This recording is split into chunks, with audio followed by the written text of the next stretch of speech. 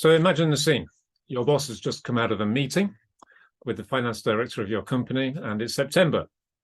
He looks at you and says, time to sharpen your pencil. It's budget time again. Not only do you have your day job, but now you have to review pages and pages of Excel spreadsheets and magically conjure up estimates based on abstract ideas of what you think your customer wants. And then only after building up this immense forest of numbers will the finance director cut them back again. So you're thinking to yourself, well, what's the point? Even after it's approved, everybody wants to start everything in January, and we're often unable to complete the budget in December simply because we don't have the capacity to spend all of it. Fortunately, you keep your thoughts to yourself out of earshot of your boss. Now, I've been exposed to many situations like this, so this is, I believe, uncommon. This yearly ritual of forecasting a project spend for the year can feel like a chore. So whilst it could be worse, after all, there might well be no planning.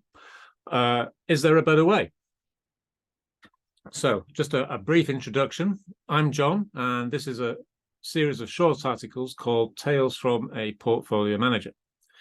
I help people in corporates plan technology across teams. So you could be somebody who has a portfolio of clients, projects, services, a backlog of features, and you have to manage them across a wide variety of teams to achieve any number of goals. I've been doing these roles for over 20 years in many corporates, and I have a few tales to tell.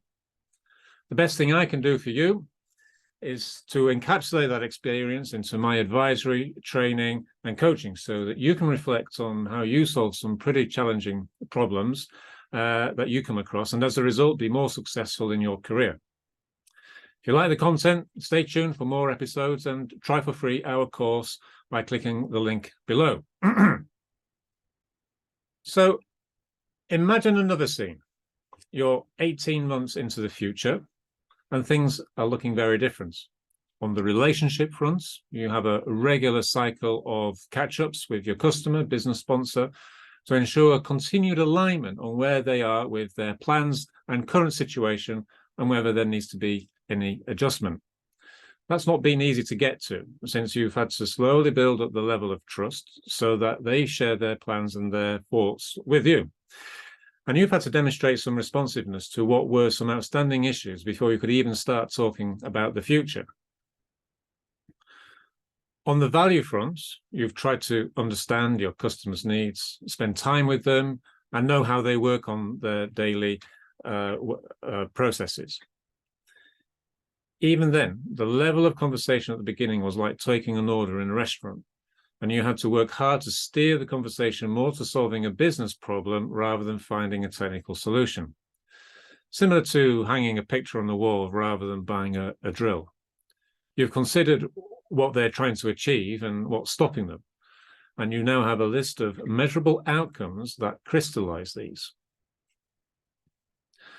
On the strategy front, you've organized these outcomes into a clear mandate that the client team can accept as their plan over the next 3 years, and have created several themes into which you can allocate business activity onto one single slide.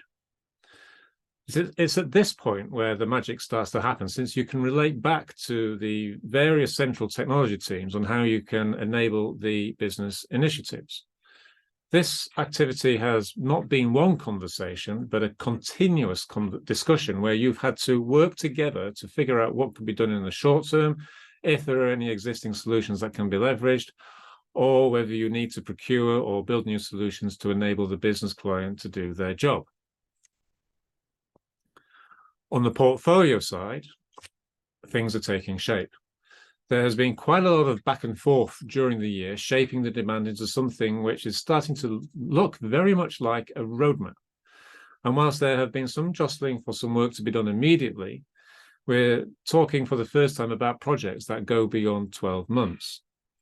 There are some other tangible quick wins what you've been able to do. For example, installing a Kanban board of ideas and requests that now gets prioritized with the client every 2 weeks. And not only that, at that point, you're also deciding what requests you're going to investigate for the next 2 weeks. And that amount of time is allocated, so you know that you've got half a day per week to focus on a new request, and they then see the results of that after 2 weeks. Finally, you've instigated a quarterly strategic portfolio review of the roadmap, where you check whether the situation requires any changes, agree on the work packages for the next 3 months, and sign off on those deliverables that were instructed a quarter ago. On the organizational front, naturally, there has been a significant change in the approach to the way people work. One of the tricks you've used to get people to open up was to demonstrate a pilot with one client and be successful at a small scale first. One of the quick wins clients saw was a different type of conversation and how it was documented. It helped them crystallize their thinking on their goals, and they could see how technology could help. Whilst inevitably some people would kick the tires, every discussion point with these people was to sell the benefits that were unique to them. Based on their response, you quickly see who would be detractors and advocates for the continuous improvement initiative that you had instigated. So you know from whom you would need to ask a favor and from whom you'd need to keep a close eye on. Both business clients and technology function team members are far happier with this approach, since they now have clarity on what's coming downstream. There is now sufficient information to scope projects and enable better decision making. And in fact, you're a lot happier because you've moved away from, in effect, a lot of late nights estimating a yearly budget to regularly updating a budget, a roadmap, and a strategy every quarter, where the least defined and vague ideas are those that are fortunately the furthest out, and not stuck at the top of an Excel spreadsheet with the implicit expectation that a project team are going to swing in on the first day of the new financial year. So with this success in the bag, you're now ready for a much bigger deployment across the rest of the organization, building on the lessons you've learned with the pilot. What I've outlined is achievable and the benefits are tangible. I've done these activities in different organizations in my career, typically moving from what I call a reactive partner to a strategic partner maturity. In this podcast, I've alluded to the 5 competencies that make up the SDBP practitioner certificates, 3 of which are online and being taught now. Also, click on the link below to view the organizational partner maturity grid and a more detailed look at the 5 competencies we train. So stay tuned for another episode of Tales from a Portfolio Manager in 2 weeks' time. Thank you.